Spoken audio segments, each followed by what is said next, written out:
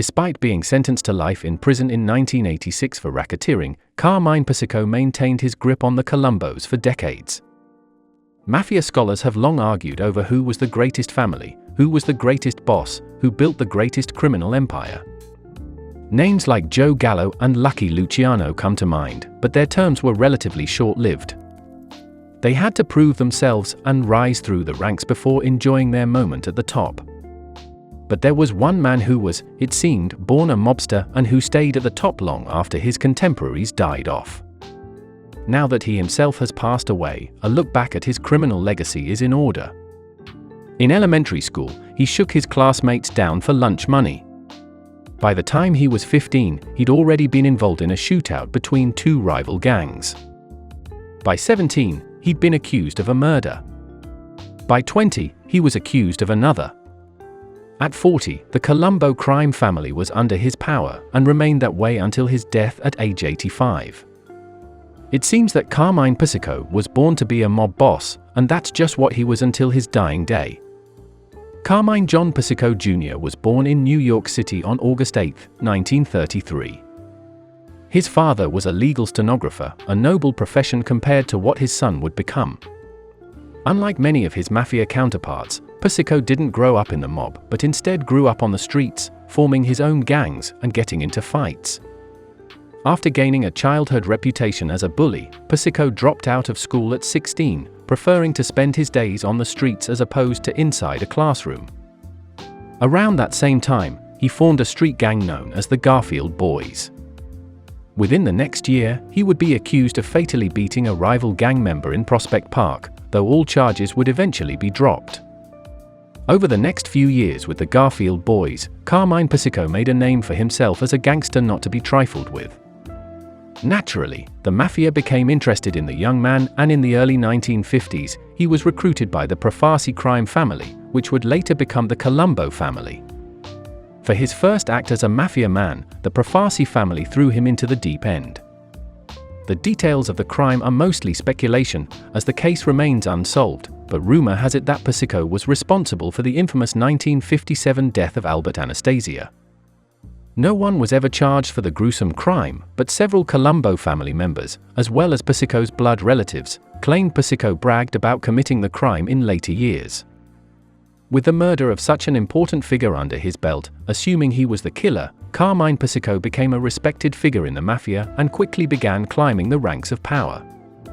Though the Profasi family had taken Carmine Persico under their wing, it soon became clear to him that Joe Profasi, head of the family, was not a satisfactory leader.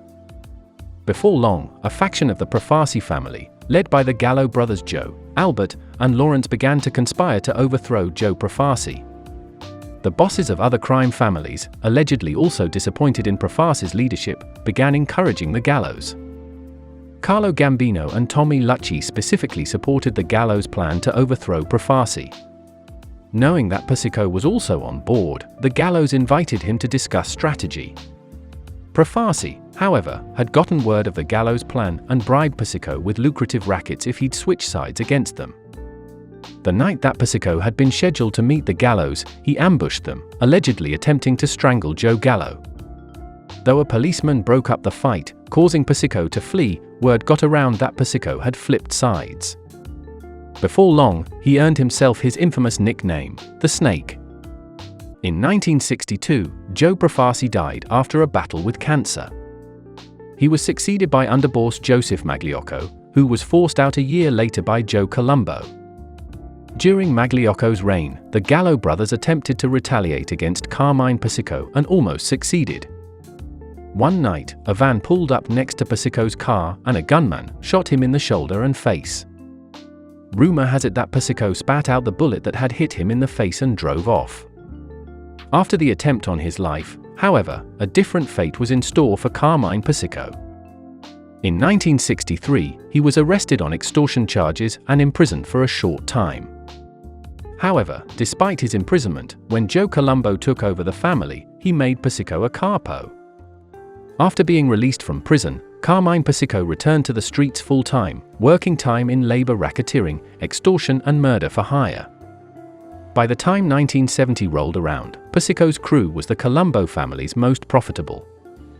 Unfortunately, his high profits caught the eye of the police, and in 1971, Persico was sentenced back to prison, this time for 8 years. However, while the bars held Persico in, they did nothing to stop his control of the family since being made boss in 1973. During his imprisonment, he ordered dozens of hits and was even successful in ordering the murder of longtime enemy Joe Gallo. In 1979, Persico was finally released from prison. However, his freedom was short-lived. By 1984, Persico and several Colombo family members were indicted for racketeering. After the indictment was announced, Persico went into hiding but unfortunately chose an inconvenient place to hide, an FBI informant's house. He was arrested soon after his arrival. In 1986, the trial that would end with Carmine Persico's life imprisonment began. Persico chose to serve as his own lawyer, believing that his experience being sentenced to prison several times before gave him adequate experience on the subject. Despite the judge's praise of Persico's tactics during the trial, Carmine Persico ultimately lost the case. In 2 separate sentencings, he was handed a 39-year sentence and a 100-year sentence to be served consecutively, both for various crimes associated with the Colombo family. At the time of his sentencing, Carmine Persico was only 53 and had been running the Colombo family for 14 years, making him the youngest mafia boss in New York. Despite serving what is essentially a life sentence, Carmine Persico was never stripped of his title. Under Mafia rules, a boss keeps his title unless he dies or retires. From behind bars, Persico continued to run the family. So loyal were his family members that when an underboss attempted to elect a new boss, he was overthrown in favor of the imprisoned Persico. Though the organized crime syndicate as he knew it had all but dissolved, Carmine Persico remained boss, at least in name, until he died. Of course, there wasn't much for him to do in the way of actual leadership, so he was forced to find alternative pastimes. Over the course of his imprisonment, Persico spent time in 3 penitentiaries. He began his sentence in Illinois at the United States Penitentiary, where he continued his mafia dealings. From there, he moved to the United States Penitentiary in Lompoc, California, where he formed an Italian cultural club for inmates, made friends with other ex-mafia members, and played drums in a 4-man band he formed. Finally, Persico was moved to his final destination, the medium-security Federal Correctional Complex in Butner, North Carolina. He had 31 years left until the possibility of release, and had he survived to the age of 117, the man also nicknamed Mortal could have seen the light of day again. Carmine Persico died on Thursday, March 7, 2019. According to media reports, the mob boss passed away at Duke University Medical Center shortly after his 36th year behind bars. Judge John Keenan, who sentenced him to a life in prison, was so impressed by the eloquent criminal who defended himself that he had to express his frustration at the 1986 sentencing. Of course, to those busy ridding New York streets from the toxic, dangerous elements Persico embodied and represented, his eventual imprisonment was a sign of relief. Rudy Giuliani considered Persico's capture as one of the most victorious moments of his time as U.S. Attorney in Manhattan. Since Persico was still very much an acting mob boss, regardless of conviction by the law, he easily managed to order a hit against Giuliani in response. In the end, he spent his time regaling fellow inmates with tales from his past, learning new card games, and watching 60 Minutes with his good friend and financial criminal, Bernie Madoff.